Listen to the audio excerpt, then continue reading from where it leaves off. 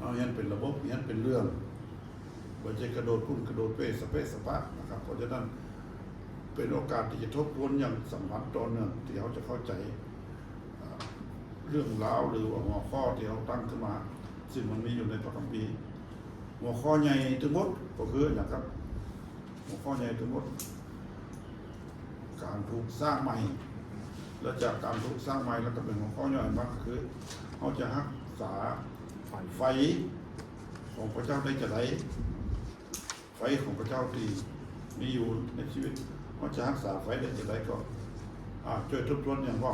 ไฟที่เขาจักษาไว้จะประดับในพระวจนะของพระเจ้าอาราวิธี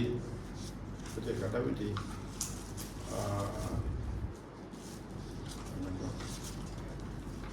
เลวินิติบท12ก็บท6ข้อ12ให้ไฟดับอย่าให้ไฟดับเป็นอันขาดบท12ข้อดูบท6ข้อ12บท12ข้อกันอย่าให้ไฟดับเป็นอันขาดนั่นนะแล้วเขาเนี่ยจะได้เพื่อไฟดับเอาให้มาหนึ่งเลี้ยงฟื้นก็คือการเลี้ยงฟื้นนั่น4 ดุลฟื้น4 ดุลรุ่นแรกคืออธิษฐานลักษณะไม่ใช่อธิษฐานธรรมดาเป็นอธิษฐานแบบปุริต2อ่านพระคัมภีร์คือเป็นเหมือนการกินอาหารไฟวิญญาณอ่านพระคัมภีร์ไม่ใช่อ่านแบบธรรมดาเหมือนสมาชิกหรือคนเชื่อใหม่ลักษณะการอ่านพระคัมภีร์จะได้พ้องกินอาหารไฟวิญญาณ1เกี่ยวกับละเอียดเกี่ยวเอื้อง2กินให้พอเพราะเอาเรื่องของเอลียามาเอลียาต้องเดินทาง40 วัน 40 คืนแล้วพระเจ้าบอกว่ากินน้อยไปเอามีกำลังที่จะเดินต่อและหมู่เขาจะต้องเดินทางกี่ปีตลอดชีวิตของเขาจนกว่าเขาไปอยู่กับพระเจ้าพระเจ้าเขาต้องกินอาหารเพียงพอ3กินจะได้กินทุกวันกินทุกวันแล้วอันนี้เดี๋ยวเห็นไปแล้วก็อาจารย์อ่านพระคัมภีร์แล้วสามัคคีธรรมก็คือช่วยเหลือเกื้อกูลเป็นอันหนึ่งอันเดียวกันฮักกันแล้วก็เสริมสร้างซึ่งกันและกันสามัคคีธรรมมีภาษาอังกฤษมันมีถึง2 อย่างเฟโลชิพกับคอยโนเนียคือสนใจซึ่งกันและกันชีวิตแบ่งปันซึ่งกันและกันอย่างที่เราพยายามทำกันอยู่เนี่ยเราจิตเป็นอยู่เนี่ยภัยทุกข์ยากลำบากช่วยเหลือกันได้ก็ช่วยเหลือกันนะครับอันนี้คือสามัคคีธรรมและอาทิตย์ที่แล้วเราเห็นเรื่องนำวิญญาณอ่านพระคัมภีร์อ่านพระคัมภีร์อธิษฐานอ่านพระคัมภีร์สามัคคีธรรมแล้วก็นำวิญญาณนำคนมาเชื่อพระเจ้าและหมู่เขากำลังทำอยู่และเขาได้เห็นรักดีใจที่ได้สอนรักการประกาศที่ได้สอนรักการประกาศนั้นกับหมู่เขาจากพระคัมภีร์โดยเฉพาะหนังสือกิจการบทที่17นั่นนะมันมีกิตติคุณครบทุกจุดสำหรับคนที่ยังบ่เชื่อพระเจ้าได้อธิบายก็ดีใจชุดนี้นะครับและพี่น้องจะไปลืมแม้ว่ารูปแบบในการประกาศพระกิตติคุณมีหลายรูปแบบไปอย่างนี้อย่างเดียวแต่อันนี้เป็นรูปแบบที่ครบทุกจุดบ่ได้เน้นเรื่องความรักบ่ได้เน้นเรื่องยิ่งใหญ่บ่ได้เน้นเรื่องพระคุณบ่ได้เน้นเรื่องใดเรื่องหนึ่งหรือบ่ได้เน้นเรื่องพระเจ้าจะลงโทษถ้าทำบาปนี่นั่นบ่ได้เน้นเรื่องใดเรื่องหนึ่งแต่ในกิจการบท17มีอันทุกจุดเขาควรจะจำอยู่ในใจตั้งโครงเรื่องไว้ในใจถ้าเขาจะประกาศกับใครเขาตั้งคำถามเพื่อเรียกความสนใจว่าอยากรู้ว่าพระเจ้าเป็นไผ2พระเจ้าเกี่ยวข้องกับเขาจะได้3พระเจ้าอยู่ที่ไหนเนี่ยเพราะฉะนั้นเป็นโครงเรื่องและในโครงเรื่อง3ประการนี้เขาจะแยกออกเป็น5ประการว่าพระเจ้าเป็นไผ1พระเจ้าเป็นผู้ทรงสร้างแล้วก็มนุษย์ตกในความบาปแล้วพระเยซูมาเป็นพระผู้ช่วยให้รอดแล้วเขาต้องกลับใจถ้าบอกกลับใจเพราะจะมีการพิพากษา5โครงเรื่องนี้อยู่ในใจเขา เพราะฉะนั้นโอกาสที่เขาจะประกาศก็คือ แต่ถ้าเวลาบอกปอหรือเอาไปสะดวกเขาอาจจะเอารูปแบบอื่นที่มันสั้นกว่านี้ก็ได้แล้วแต่ว่าอันนี้เขาคนจะหู้ก่อนที่จะนำเขากลับใจไหมบังเกิดไหมก่อนที่นำเขาจะต้องหู้อันนี้ทั้งหมดนั่นคือการนำวิญญาณและไม่ใช่การนำวิญญาณอย่างเดียวที่ผมเขียนเอาไว้ที่นี่ว่านำวิญญาณละอย่างนั้นการเรียนรู้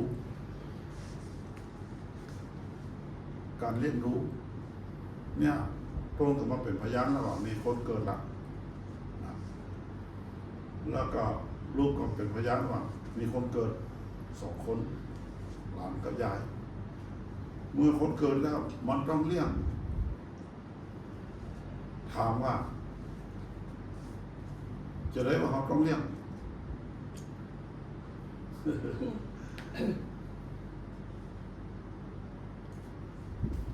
อยากจะถามนี่ว่าหมอนี่ยังไม่รู้แต่ถามมากไม่รู้มากจะได้ว่าเรียกน้องต้นน้องเก้าน้องเก้าไม่ใช่น้องต้น ข้าวเดิม เก้าเนาะ เก้าเดิม เก้าจะได้ว่าเรียกน้องเก้า ก็เป็นลูกผม เป็นบ้า ก็เป็นลูกผม อาเมน แต่ว่าเราถามป้าก็จะได้ว่าเขาต้องเลี้ยงลูกเพราะฮักบ่ใจเพราะห่วงใยบ่ใจในสุดป้าก็ตอบถูกเองจะได้ต้องเลี้ยงลูกก็เพราะเขาเป็นลูกเขาอ่ะ เพราะเขาเป็นลูกเขาอ่ะมันต้องเลี้ยงตัวอย่างนี่ผมมาหันมากกับนิ้วเป็นอันหนึ่งอันเดียวกันในการเลี้ยงลูกเอาใจใส่ลูกสอนลูกแล้วก็ผมก็มีลูกคือเขา2 คนเขาไม่ลูก2 คนเขาก็เป็นอันหนึ่งอันเดียวกันเอาใจใส่สอนลูกนะเลี้ยงลูกเอาจนเขาก้าวหน้าไปได้นะ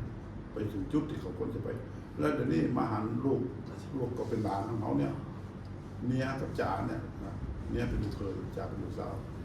โอ้โห2 คนที่จริงเอาใจใส่ลูกดีตั้งแต่น้อยๆละตั้งแต่เกิดตั้งแต่น้อยๆเขาเอาใจใส่เขาสนใจลูกเป็นลูกเขาก็ได้ดีทั้ง2 อ่ะนะเขาไม่มีปัญหาอย่างเลยนั่นนะเพราะฉะนั้นเพราะว่าเป็นลูกประเด็นเรื่องของฮักอันนั้นมันจะเป็นข้อพิจารณาออกมานั่นเป็นท่าทีและลักษณะการเรียนรู้แต่ว่าเหตุผลก็จะยันเหมือนกันนะครับ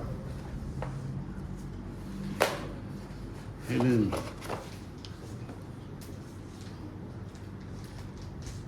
การเรียนรู้เราเรียนรู้ลูกนะผมเริ่ม1เหตุผล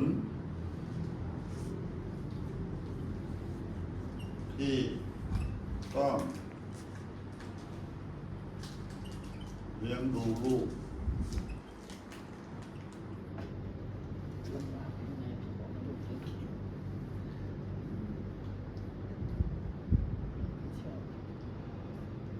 อันนี้ก็ไกลก็ได้มันจะบริเวณก็1เพรา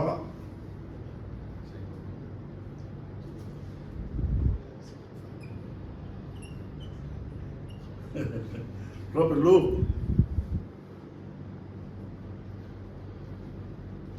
ผมจะบอกคนที่ผมนำหักเจียวพระเจ้าผมจะบอกคนที่หักเจียวพระเจ้าแม่อยู่ไกลถ้าเป็นไปได้ผมบอกให้เขาเอาไปฝากไว้กับคนอื่นไปฝากไว้กับที่ท่านอื่น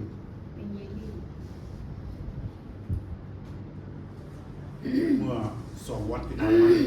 อันนี้ก็ขอบคุณพระเจ้าเป็นคำพยานมาแต่ก่อนตอนอยู่อีสานแล้วก็ไปประกาศที่ขอนแก่นที่ไปขอนแก่นก็เพราะว่าในปี95ได้ไปที่ประเทศเซ วิตเซอร์แลนด์แล้วก็เยอรมันสองประเทศสองปีเราไปที่สวิตเซอร์แลนด์เนี่ยไปรู้จักกับผู้หญิงคนหนึ่งชื่อเข็มพรแล้วเขาอยู่ขอนแก่นเพราะว่ามีคนปาไปประกาศกับเข็มพรที่ขอนแก่นเข็มพรเขาได้เทปคำสอนของผมเรื่องการบำบัดปลดปล่อยเรื่องการขับผีถึง7 ม้วนเสร็จแล้วก็เอาไปพ่อแม่ทางบ้านเขาฟังเสร็จแล้วทีหลังมากันนัดกันว่านัดเขาก็นัดหมู่พี่น้องเขาพ่อแม่ทางบ้านเขาคนที่เจ้าของที่ในเทปเนี่ย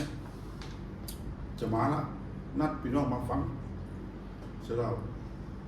ผมก็ไปประกาศที่ฮะ12 คนมาฟังแล้วก็11 คนนับเจือแล้วทุกคนมันคงเจือจนถึงเวลานี้นะเสร็จแล้วแต่มีบางคนก็ตายไปละก็อายุนักกว่าเสร็จแล้วเขาตั้งใจว่าหมูนี่เป็นลูกเขาเขาจะเลี้ยงดูและจะตั้งที่จักชีวิตใหม่ของแกนแต่ว่าเหมือนนานแต่ไรเหมือนแต่ไรเขาก็ไม่ได้ไปหาเขาเพราะมันเขาอยู่ยโสธรก็จะมาไกลกันแล้วก็คนหมูเนี่ยเขาจริงใจเขาเสื้อเขาปักกันไปซื้อพระคัมภีร์ที่ห้องสมุดของคริสเตียนเขาไปซื้อพระคัมภีร์กับมีผู้รับใช้พระเจ้าของจักรเขาที่ฮัทเลยป้าเขาไปฮับบัพติศมาแล้วเขาไปสมจิตวัดเลยแล้วเขาก็ที่ฮัทเลยนี่แหละเขารู้สึกว่าโอ้พลาดไปละแต่ก็เขาก็ติดตามอยู่เลยปรากฏว่าเขาโตถ้าเขาโตกว่านี้นะเพราะเขาก็มีกำลังที่จะไปทันทีในเวลานั้นที่จะไปตั้งเพราะฉะนั้นแล้วภายหลังไม่เห็นพ้นหนึ่งอยู่ชุมแพมีกิจการหลายอย่างในบ้านเขาขายอะไรรถยนต์ทุกยี่ห้อบ้านของเขาแล้วก็นำของภาพเจียวป้าไปหานั่นป้าไปซื้อพระคัมภีร์ว่าใจเขามีสตางค์น่ะแต่ผมเป็นคนซื้อพระคัมภีร์ให้เขาจะได้ว่าผมจะอ่านเพราะว่าเขาเป็นคนรวยน่ะเป็นร้านขายอะไรรถยนต์แล้วก็ในร้านมีขายของช้ำแล้วก็มีเป็นโรงเรียนสอนคอมพิวเตอร์สมัยก่อนคอมพิวเตอร์มันไม่ใช่ง่ายอย่างนี้นะเสร็จแล้วพอเขาเจอแล้วป้าไปที่ห้องสมุดคริสเตียนแล้วก็ไปซื้อพระคัมภีร์นะครับซื้อพระคัมภีร์ให้เขาเล่น600-700นะเป็นจะได้ว่าผมซื้อพระคัมภีร์ให้เขายังเหมือนเขาใจเองเนี่ยเป็นลักษณะเพราะว่ากับเขาพ่อห่วงลูกนะพ่อห่วงลูกนะบอกปล่อยให้ไปอยู่กับใครง่ายๆนะเขาเข้าใจแล้วนี่เขาโตนะเพราะเขาเชื่อเราจะให้เขากับป้าน้องมาเชื่อแล้วก็ได้ข่าวว่าเขาก็ไปอยู่ติดไก่แล้วเขาไปโบสถ์สามีไปส่งเกือบจะทุกอาทิตย์ไปฮับไปส่งเกือบจะทุกอาทิตย์ว่าอาทิตย์นี้เขาอยู่บ่ไกลเพราะฉะนั้นขอสั่งว่าถ้าเขามานี่วันนี้ที่เขาจะมาฮับภรรยาเขาเนี่ยขอเขารอก่อนถ้าอย่างนี้เนี่ยพูดในใจแล้วว่ามัน70-80%น่ะใจเขาเปิดแล้วเขาต้องเกี่ยวของเขามีโอกาสประกาศแบบนี้ละก็สั่งเขาไว้เขาก็ประกาศในแฮมตีหนึ่งกลับมาเขาก็รออยู่นำสามีเขารับเชื่อเพราะฉะนั้นเขาได้ถึงครอบครัวของเขาเพราะว่าถ้าเขาปล่อยไปให้คนอื่นเลี้ยงเนี่ยเขาจะเลี้ยงแบบไหนโบวูแล้วเขาก็ไม่ได้รับการเสริมสร้างแล้วเขาความสัมพันธ์ที่เขามีกับเขาเนี่ยมันจะขาดหายไปที่ผมจ่ายสตางค์พระคัมภีร์เขาเนี่ยเป็นการแสดงน้ำใจแสดงความฮักความผูกพันพ่อกับลูกพ่อเป็นคนที่แสดงน้ำใจต่อลูกในฝ่ายวิญญาณเลยจ่ายพระคัมภีร์นั้นให้เพื่อแล้วก็ทำให้เขามีความผูกพันกับเขานะครับเพราะฉะนั้นเหตุที่เขาต้องเลี้ยงลูกเพราะว่าเขาเป็นลูกและเอาลูกของคนอื่นมาเลี้ยงนั่นแห่งเรื่องหนึ่งมันไม่ใช่เป็นไปได้มันเป็นไปได้ในบางกรณีแต่ว่า แต่ว่าลูกที่เกิดจากเขาถ้าเป็นไปได้ ถ้ามันจะเป็นเหตุสุดวิสัยเขาเลี้ยงเอง เพราะว่าเขาผูกพันกับเขาถึงวันนี้มีคนหนึ่งที่ผมอธิษฐานเพื่อบัขาดแม่เขาออกจากเขาไป เพราะว่าคนอื่นอาจจะได้สัมผัสบริบทที่มันแตกต่างกันผมที่ผมสัมผัสพระเจ้านำผมจากบ้านคนวันหนึ่งมีธุระเข้ามาในเมืองแต่ธุระมัน5 นาที 10 นาทีน้อยเดียวอันนั้นจะคิดว่ามันต้องมีอย่างนักกว่านั้นแต่เมื่อเข้ามาแล้วมาในเมืองแล้วเนี่ยทำธุระเสร็จแล้วมันมีความรู้สึกว่ามันต้องมีอย่างนั้นนี่มันต้องมีอย่างในใจขับรถไปออกไปดังบานปนาแล้วก็ไปธุระที่นั่นไปส่งไปรษณีย์ไปติดยอมที่ตู้เขานะแล้วเลยบ้านปนาไปหน่อยจอดรถที่ห่มไม้อธิษฐานกับพระเจ้าพระองค์เจ้าข้ามีอย่างวันนี้มันรู้สึกในใจมันต้องมีสักอย่างหนึ่งเกิดมาไปได้คำตอบอย่างเวลานั้นก็ขับมาถึงที่นี้เวลานั้นไต่เขาเปิดร้านทำพรบอยู่ที่นี่นี่ร้านไต่เลยมานอนกับจอด เป็นน้ำคืออ๋อคือเป็น แล้วก็แวะเข้าไปทักทายกันกันแล้วก็มีอัน2 คนที่เขาสนิทสนมกันเขาอันนี้ก็เป็นอาติพระเจ้าเขามาพระเจ้าว่ามีอย่างได้ปัจจัยเขาก็จะกลับละเขาก็จะกลับละลากันเรียบร้อยละมีคนหนึ่ง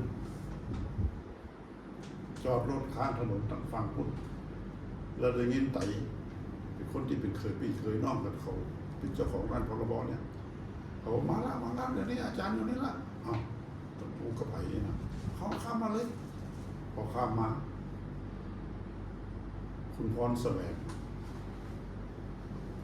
เขายังไม่ได้เจอพระเจ้าเจอแต่เขามีปัญหาหลายอย่างแล้วก็ไต่บอกเขาปัญหาของคนที่มันเกี่ยวข้องลึกลับซับซ้อนเกี่ยวกับเรื่องหลังกับผีกับมารกับวิญญาณกับเวทมนต์คาถาไสยศาสตร์อย่างพวกเนี้ยแล้วก็ถ้าจะอีกต้องปะอาจารย์ประเสริฐแล้วที่นี่เวลานั้นเขาก็มาปะกันนัดกันเสร็จแล้วภายหลังมากวันรุ่งขึ้นวันนั้นเป็นวันศุกร์วันรุ่งขึ้นเป็นวันเสาร์นัดเขาไปที่บ้านเขาก็รับเชื่อหลังจากเขารับเชื่อเขาเคลียร์ชีวิตของเขาตามหลักของพระเจ้าตัดสัมพันธ์ยังเป็นอย่างนั้นมันไม่ใช่ง่ายหลายครั้งหลายคราวแล้วเขาก็มาโบสถ์เสมอต้นเสมอปลายตอนที่เขาอยู่บ้านในคนละมาโบสถ์เสมอต้นเสมอปลายมาเจ้ามาก่อนคนอื่นทุกครั้งทุกอาทิตย์แล้วเขาย่างมาที่นี่เขามาอยู่กับเขาแต่ว่าบ้านของเขาเนี่ยอยู่หินโบสถ์สวนดอกนะแล้วเขาก็รู้จักคนแถวนั้นรู้จักแต่มาละสมาชิกที่สวนดอกเขานั่งลูกทั้ง2 คนมาหักเกี่ยวถือแป้งกระปอยมาละเขาก็นั่งลูกหักเกี่ยวแต่เขาก็เลยแป้งกระปอยเนี่ยคุ้นเคยกับคนในโบสถ์เพราะว่าตะก่อนสมัยเป็นละอ่อนเนี่ยมีงานคริสต์มาส หมายถึงบท โบสถ์สวนดอกแล้วก็เมื่อเขาคุ้นเคยกับคนที่ฮันหมดเขามีงานคริสต์มาสงานอย่างเขาก็ไปเป็นอันหนึ่งอันเดียวคนที่ฮันแล้วคนที่ฮันก็ชักชวนอยู่เรื่อยๆและสมาชิกโบสถ์ท่านก็ชักชวนพรแสวงว่าเฮ้ยง่ายไปเป็นสมาชิกที่ปุ่นแล้วเขาก็อ้างในเรื่องว่าเพื่อจะรับสิทธิ์บางสิ่งบางอย่างสุสานที่ฮันเป็นสุสานอยู่ฮันนะเห็นนะเกิดการเป็นการตายก็มากก็ง่าย เป็นสมาชิกที่ฮันกับความช่วยเหลืออย่างบางอย่างมันก็ง่ายยากใจเขาก็มีความคิดเขาแต่ถ้าพูดบอกว่า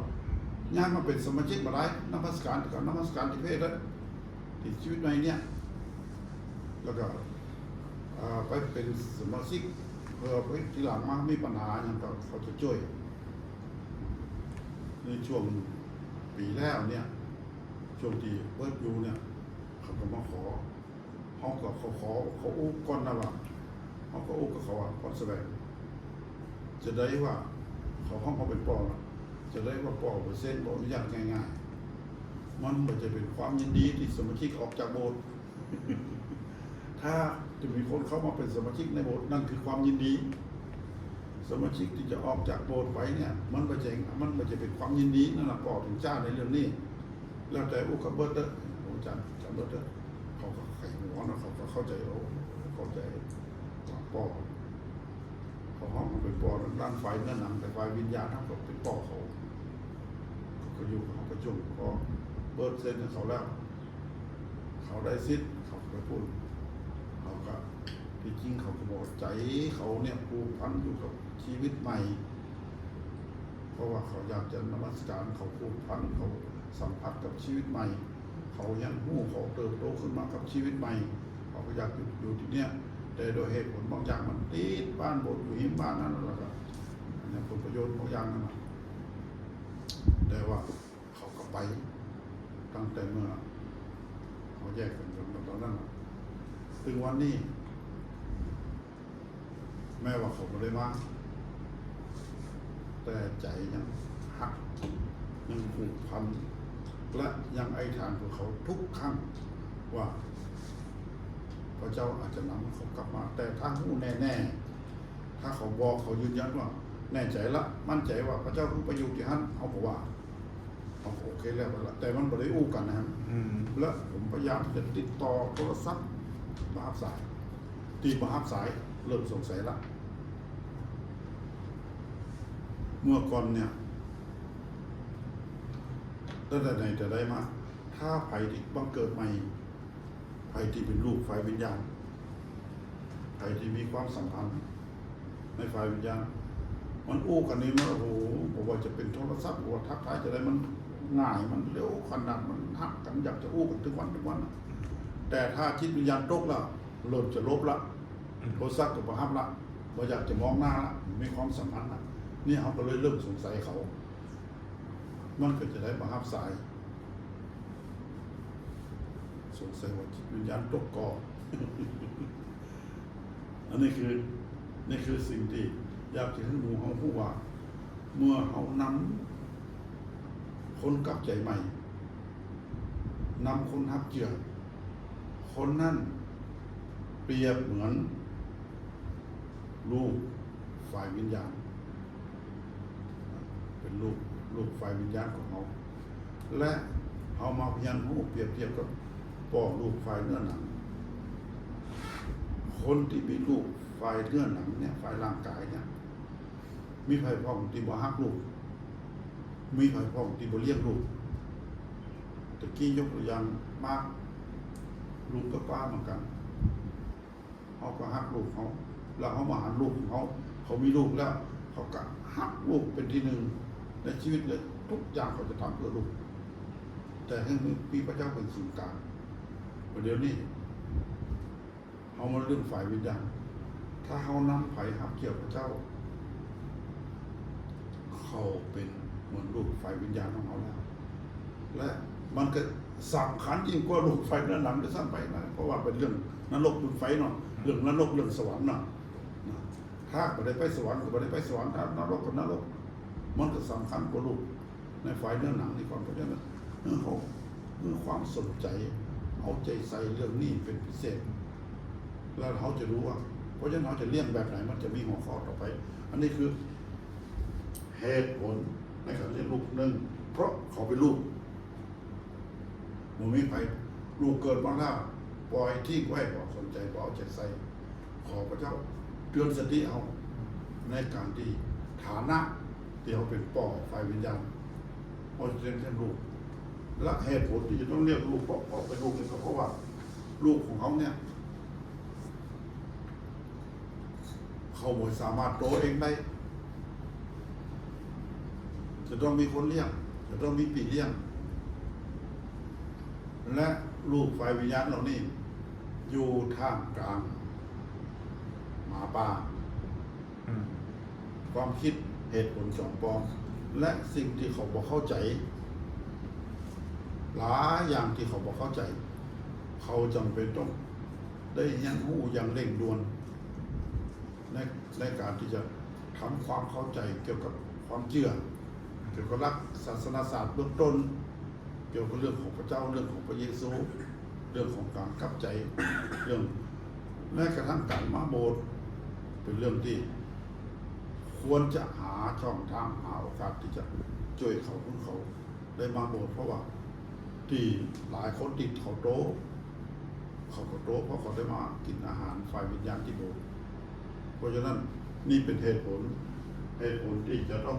เลี้ยงลูกว่าหนึ่งเขาเป็นลูกที่จะต้องรับการเลี้ยงดูเหตุผลที่สอง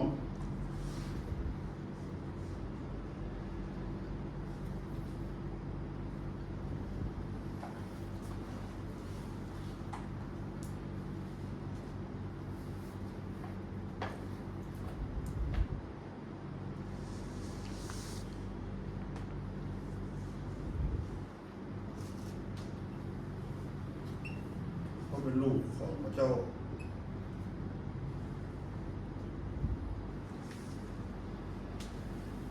คนที่กลับใจใหม่คนที่บังเกิดใหม่อย่างแท้จริงแต่เขาเกิดจากใครเขาไม่ได้เกิดจากเขาแต่ในฝ่ายมนุษย์เท่านั้นเองในฐานะที่เขาทำหน้าที่เขากลับใจใหม่แล้วเขาเรียกว่าเป็นลูกฝ่ายวิญญาณลูกแต่เขาเป็นลูกของพระเจ้าเพราะเขาบังเกิดจากพระเจ้าในยอห์นบท 1 ข้อ 12บอกว่าแต่ส่วนบรรดาผู้ที่ต้อนรับพระองค์ผู้ที่เชื่อในพระนามของพระองค์พระองค์ก็ทรงประทานสิทธิให้เป็นบุตรของพระเจ้าก็ถ้าเขาได้ต้อนรับอย่างถูกต้องอย่างด้วยความเข้าใจของบุตรของพระเจ้าแล้วก็ข้อ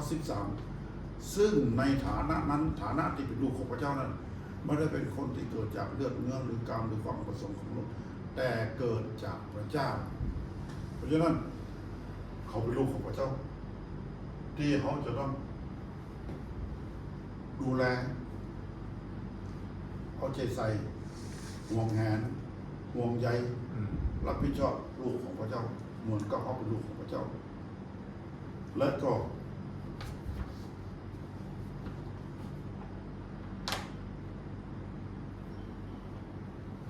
เขาเป็นลูกของพระเจ้าโดยสิทธิที่เขาได้เป็นลูกของพระเจ้านั้นพระเจ้าได้มาโดยพระโลหิตของพระเยซูมีความสำคัญที่เขาจะต้องหันกลางความสำคัญเช่นนี้และเหตุผลที่สาม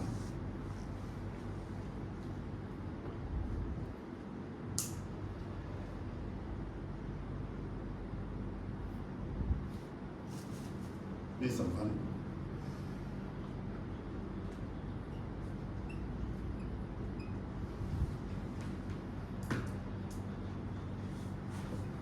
เพราะเป็นคำกำชับ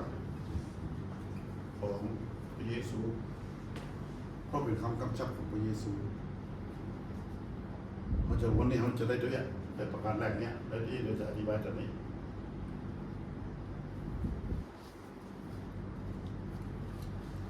เปิดย้อนบทที่21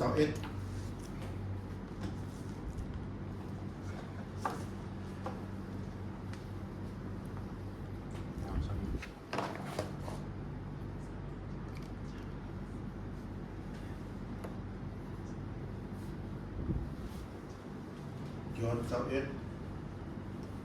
ข้อ15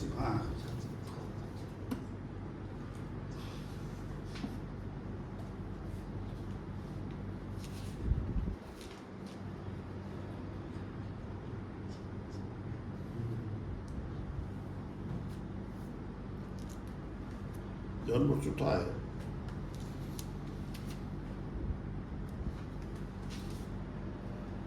พี่น้องช่วยอ่านหน่อย จับเลย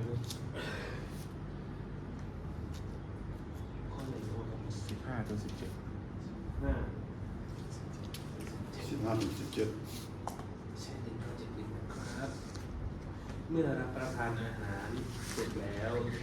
พระเยซูตรัสกับซีโมนเปโตรว่าซีโมนยอห์นเอ๋ยท่านรักเรามากกว่าพวกนี้หรือก็ทูลพระองค์ว่าใช่ องค์พระผู้เป็นเจ้าพระองค์ทรงทราบว่าข้าพระองค์รักพระองค์พระองค์ตรัสสั่งเขาว่าจงเลี้ยงดูลูกแกะของเราเถิดพระองค์ตรัสกับเขาครั้งที่สองว่าซีโมนบุตรยอนเอ๋ยท่านรักเราหรือเขาทูลตอบพระองค์ว่าใช่องค์พระผู้เป็นเจ้าพระองค์ทรงทราบว่าข้าพระองค์รักพระองค์พระองค์ตรัสกับเขาว่าจงดูแลลูกแกะจงดูแลแกะของเราเถิดพระองค์ตรัสกับเขาครั้งที่สามว่าซีโมนบุตรยอนเอ๋ยท่านรักเราหรือเปโตรเสียใจมากที่พระองค์ตรัสถามเขาครั้งที่สามว่าท่านรักเราหรือเขาจึงทูลพระองค์ว่าองค์พระผู้เป็นเจ้าพระองค์ทรงทราบทุกสิ่งพระองค์ทรงรู้ดีว่าข้าพระองค์รักพระองค์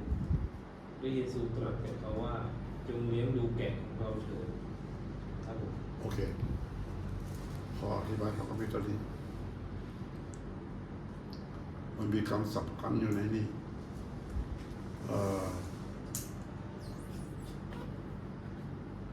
พระเยซูสนทนากับเปโตรว่าท่านรักเราหรือคำว่ารักพี่น้องรู้ก่อนในภาษากรีกมีกี่คำรักในภาษากรีกมี4 คำแรกคืออากาเปคำนี้หมอคุณอยู่เนาะอากาเปรักแบบอากาเปเป็นความรักที่บริสุทธิ์เป็นความรักที่หวังผลตอบแทนเป็นความรักแห่งพระคุณที่พระเจ้าให้กับมนุษย์เราซึ่งความรักเนี่ยตัวอย่างที่ชัดเจนที่สุดก็คือพระเยซูทรงรักเขาเพราะว่าพระเจ้าทรงรักโลกเขาว่ารักกับเนี่ยคืออากาเปและความรักที่สองในภาษากรีก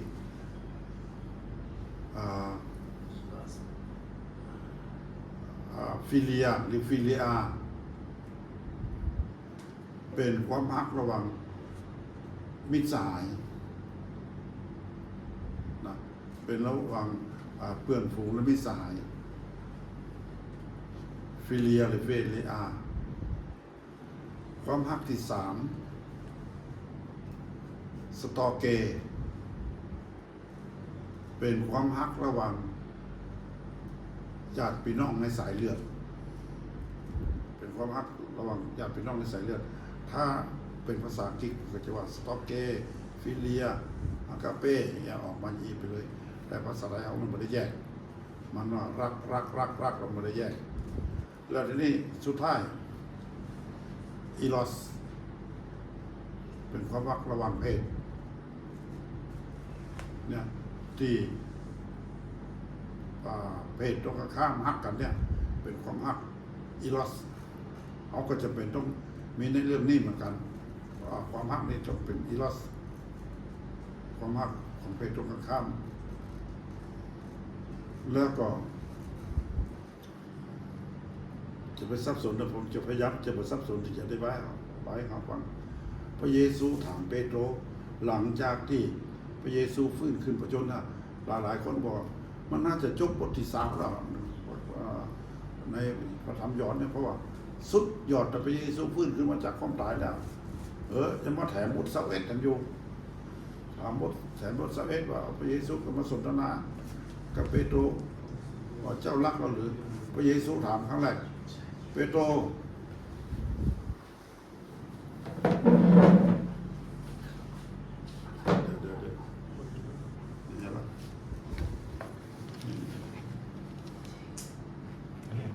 นี่ครับพระเยซูถามครั้งแรกเปโตรเจ้าอากาเป้เขาว่ารักนี่นะเจ้าอากาเป้เราหรือเปโตรบอกว่าที่เขาอ่านเมื่อกี้นะโลกเจ้าข้าโลกก็ทรงทราบว่าข้าพระองค์เปโตรตอบว่าอะไรนี่กันคือนะเปโตรตอบว่าโลกเจ้าข้าโลกก็ทรงทราบข้าพเจ้าฟิเลข้าพเจ้าฟิเลอาโลกเปโตรหูตัวเพราะว่าจะบอกว่าโอ้เจ้าข้า ข้าพเจ้าอากาเป้โลงจะได้เป็นโลงจบจันโอ้โห ที่เปโตรบุกตอบกัน ปฏิเสธ เปโตรไม่ว่าล่มเหลวนะเปโตรซับซึ้งต่อพระเยซูเพราะก่อนหน้านั้นน่ะที่พระเยซูจะถูกจับถูกตรึงพระเยซูเล่าว่าพระองค์พระเยซูโอ้ฟังว่าเนี่ยแห่งมนเนี่ย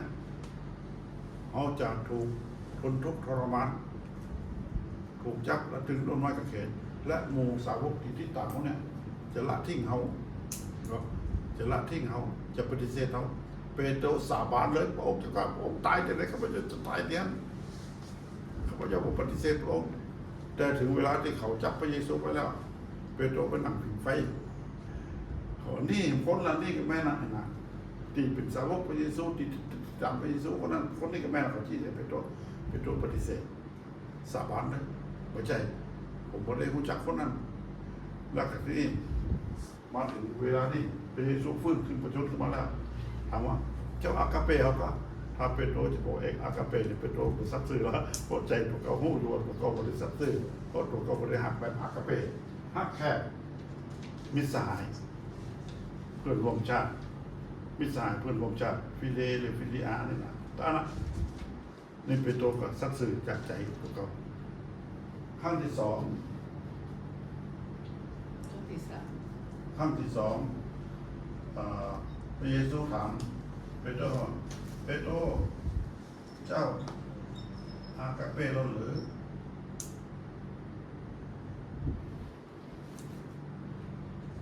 เปโตรตอบว่า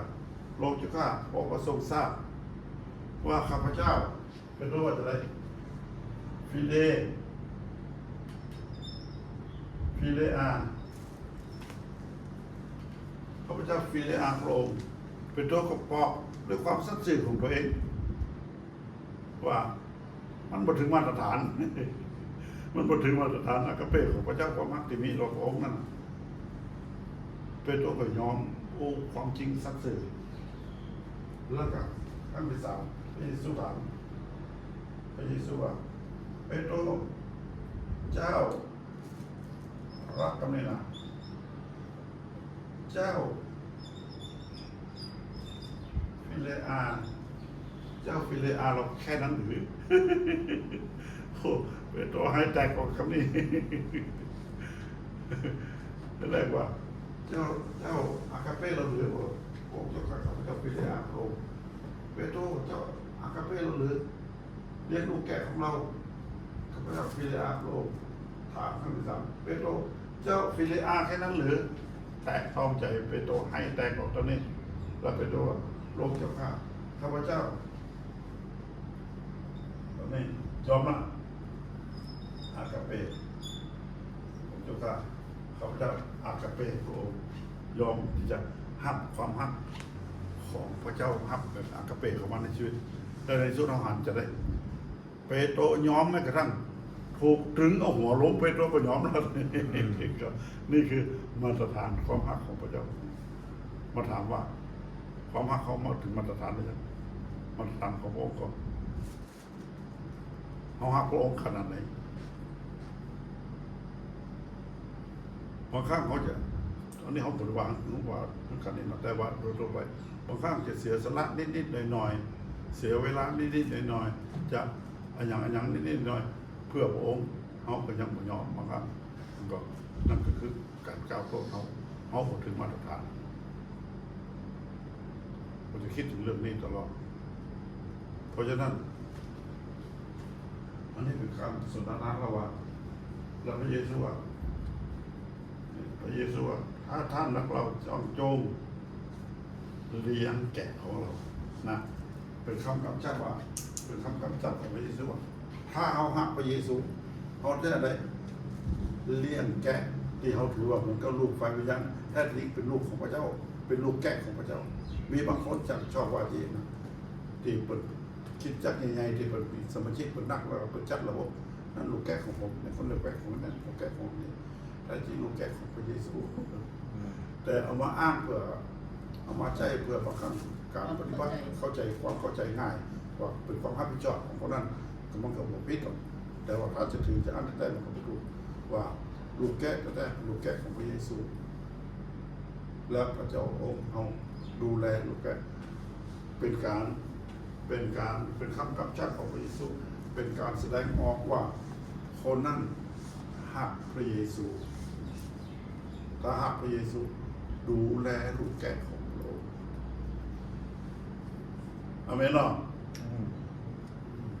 เขาอยากจะให้เป็นรูปธรรมก่อนในทางการของเขานะครับมีคำถามว่าเราหักพระเยซูแบบไหนถึงมาตรฐานก็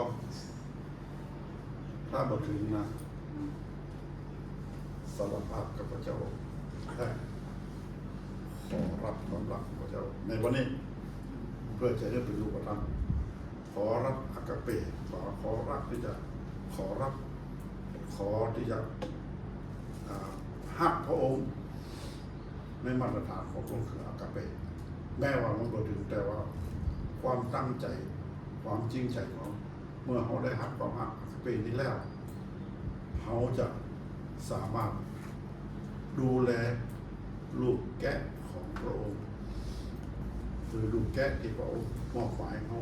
รับผิดชอบต่อชีวิตของเขาในฐานะที่เขาได้นำเขาหักเชื่อมมันกับลูกฝ่ายวิญญาณของเขานั่นคือภาระนี่คือพันธกิจที่พระเจ้ามอบหมายที่จะให้เขาทำต่อไปและเขาอยากจะรู้สิ่งนี้เป็นรูปธรรมในชีวิตของเขาครับอันนี้เป็นคำสั่งของพระเยซูว่าข้อย่อยที่นี่ก็คือว่าก็รักพระเยซูที่เราเรียกลูกแกะกับพ่อฮักพระเยซูเป็นคำสั่งของพระองค์